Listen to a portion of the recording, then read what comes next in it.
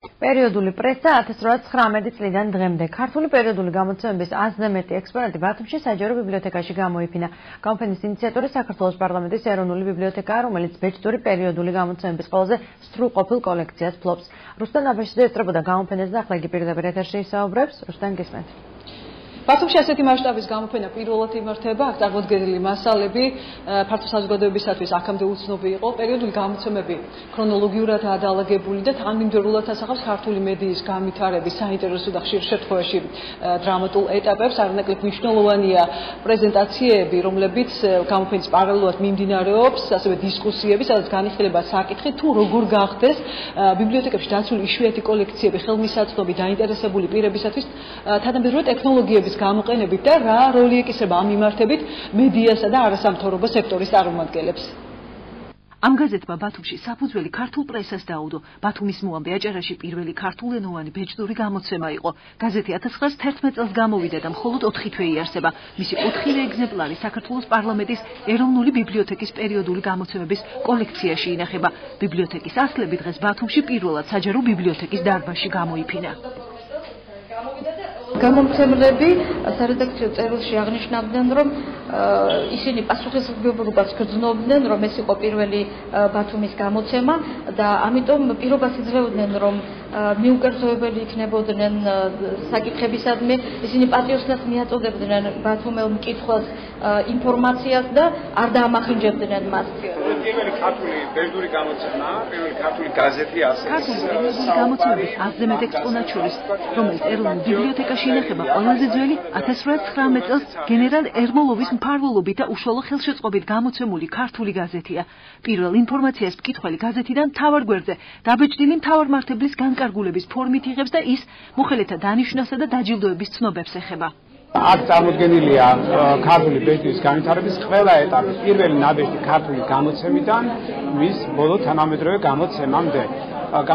ეს არის საკმაოდ საინტერესო გამოფენა იმ თვალსაზრისით, რომ ნახვალს შეუძლია თვალი გაადევნოს ერთ გამოფენაში, ნახოს თუ როგორ ვითარდებოდა ბეჭდური სიტყვა საქართველოში. გამოფენის შემეცნებით ღირებულება, რომ გაზრდილიყო ორგანიზატორებმა ბეჭდური მედიის ასლების გამოფენას პრეზენტაციას თან დაურთეს. ერთ-ერთი მოხსენება ქართული პერიოდული გამოცემების ციფრულ მომავალს შეეხებოდა. ჩატარდა ვორქშოპი, რომელიც დაინტერესებულ პირებს პრაქტიკულ ცოდნას მისცემს ციფრულ ბიბლიოთეკებში ორიენტირებისა და საჭირო მასალის გამოყენებისთვის. ჩვენ თვითონაც ხშირად გვიჭირს ხოლმე ამ ბიბლიოთეკის მოხმარება, თუმცა კი ერთ-ერთი ყველაზე კარგი საშუალებაა, როდესაც ოფისიდან გაუსვლელად შეგიძლია მოეხმარო ესა თუ ის ლიტერატურა და ვფიქრობ, რომ აი განსაკუთრებით მნიშვნელოვანი ალბათ ამ ნაწილში იყო ჩვენი დასწრება, იმიტომ რომ ეს იყო საინტერესო, როგორ მოეხმარო ეს ბიბლიოთეკა, როგორ ამოიღო ჩვენთვის საინტერესო ინფორმაცია, რაც ხშირად ყველასთვის გაჭირვებაა. რაზე გავლენის მოხდენა შეუძლია პოლიტიკურ და საკანონმდებლო პროცესებზე მედიას და რა უნდა გაითვალისწინონ მასალის მომზადებისას ჟურნალისტებმა. საკუთარი დასკვნები ამ თემასთან დაკავშირებით პარლამენტის სამეცნიერო და საინფორმაციო უზრუნველყოფის დეპარტამენტის ხელმძღვანელმა პერიოდული გამოცემების ისტორიული ანალიზის შედეგად გამოიტანა.